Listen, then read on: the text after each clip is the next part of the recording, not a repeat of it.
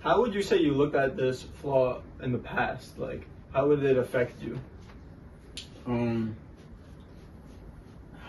I would say at first I was afraid to embrace who I am. I used to wear hats for the reason of hiding my ears. Yeah. So I would like bring my hat down low to hide my ears. So it really like does diminish your confidence. Yeah. And how would you say you got over that? Just by finding yourself, embracing who you are? Yeah, I got over it actually during the pandemic when I had time for solitude, and this was reflecting on who I am as a person. If I'm gonna be living with who I am, I shouldn't be afraid of it. 1000%, man. Make yourself happy first, then others. My first question for you, Keith, is what made you believe at first that it was a flaw? Or why were you so embarrassed of it? Was it because of the comments you were getting from other peers? Or do you think because as soon as you were born you saw this as being abnormal, so you thought it was a problem? Where do you think that like first originated from? So I would say it originated from myself. I just thought it was that because by me having this flaw, it didn't allow me to do certain things. I was not able to hear as much as other people would, in a sense. That's actually really interesting. I thought most people with flaws actually get it because other people would look at them differently or kind of judge them off of that sense. I guess that just perception was wrong. But I think it's both though, because people do definitely point is. that out, and then you question yourself. All right, Yeah. why am I different from these people? Are these people perfect? I'm like not Exactly. perfect. All that kind of stuff. But Like if you see someone wearing a costume and like a normal as day, Yeah. let's say early Halloween, someone's wearing random shit, people are gonna look at them differently. Like, Exactly. what the fuck is he wearing or shit Yeah. like that? I thought it was kind of like the same thing. People just start to judge you of the bat without even getting to know you too. They don't even say a word to you, or they don't even know anything about your character, and they'll just immediately go at you. It's fucked. That's America. Honestly, It that's is, just yeah. America. I mean, It's the world. It's the world, bro. Well, in America, they use words. They don't use action.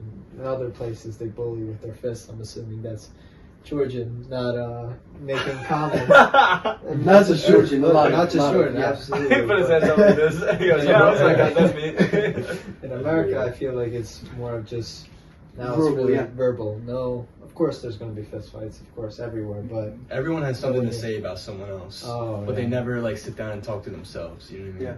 Yeah. Mhm. That's very important. Because, dude, I do remember in middle school, Keith, when I first met him, it was like around 7th grade, 8th grade. And you would do like a lot of talking to like this motivational speech. You would be like very friendly to those people that maybe stood out from everybody else. And, you would do these talent shows, show people that whatever you thought was a flaw or something that made you stand out from other people, that was a perfection almost, you know what I mean? Something that gave you an opportunity to become the best. Yeah. So that's kind of where it started from, right? Because I remember. Yeah, it started there as well.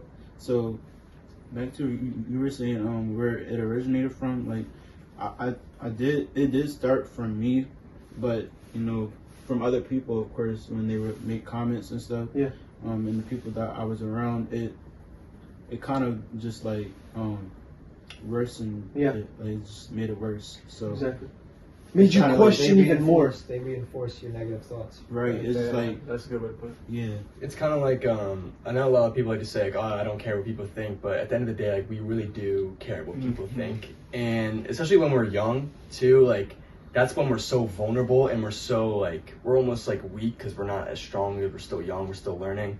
And like I remember when I was little, I was like so skinny, and like my cousins, they would all like fucking like bully me and tell me how skinny I am and tell me, like they'd almost like look down on me and like in a condescending way. Is that the right word? Yeah, I feel that too. And with that, like I didn't notice how much it affected me when I was like young, but I still it's still at the end of the day, like I still like almost feel It's in your subconscious mind. it's in my subconscious mind. I still feel that type of flaw that they pointed out about me. Yeah. You know what I mean? We love to be right.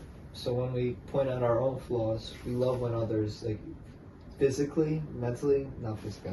physiologically, we want to be told that we have these flaws because it kind of justifies our actions of our negative ideas. I think that's where it originates. Again, I don't know psychology as much as any professional at all, but I think you like to reinforce the idea of this is what's preventing us to be from where we want to be. You saying you're scrawny, it made you feel better realistically when they told you were scrawny, because, I mean, you were right. Obviously, mentally, you felt like shit after, because you're like, fuck. But I think it was that idea of it being reinforced that, like, I want them to say that. I don't know if I made the message clear, but say that like I don't get it. You I want them to I say don't that, know. or I don't know if I understood that. So when someone says you're fucking skinny and you're a piece of shit, you're happy about it because you know they're right. Like you want them to be right because you want them to justify your thoughts.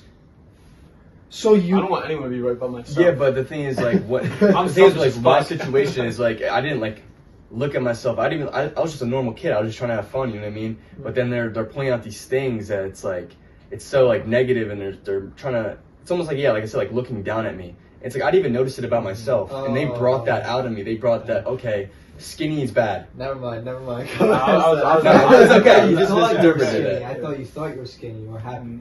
No, I didn't know, bro. Like, and they kind of brought it out of me. You know what I mean? Yeah. Oh, okay.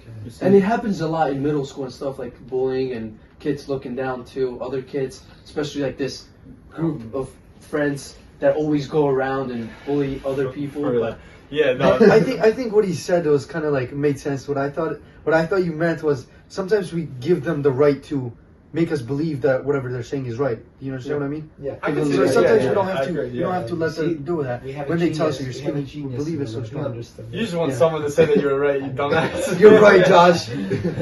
See, and that's the issue, because sometimes people use it as a joke, like, let me bully him so he can like become this bigger person. So yeah. that's this thing that goes around where like bullying builds character, but like that shouldn't happen. Yes, it happens, and that's what comes about sometimes, but that shouldn't be, an intentional thing to do. It's a crucial way of doing making someone strong, but it could really go both ways. It could either make him strong and kind of like fight back and understand that he shouldn't be getting bullied and have more self-respect, or it could go down and where he can become very I don't know, like, hated. Yeah, hated, yeah. right? So Yeah. it's like he's never going to be able to be confident at all. So the best way of doing it is telling them, criticizing them, and kind of showing them the way of getting better. I also kind of see that like bullying take as kind of like a double-edged sword in a way, because from what I've noticed, I think it's good to be like picked at or teased or quote-unquote bullied by the ones closest to you, the ones that you know have actual good intentions for you, and it's hard to decipher that. But from a stranger, from someone who doesn't even know you, and they're gonna say, "Look at this fucking pussy," that doesn't matter. Yeah, that's them trying to make themselves look like a bigger person. You're absolutely right. But let's say Josh, my own brother, is trying to tell me, "Dude, you low-key, your progress has stunted, and you're small as shit." I'm gonna take that in a way where, you know what? I know his intentions are good for me. I should probably work on that.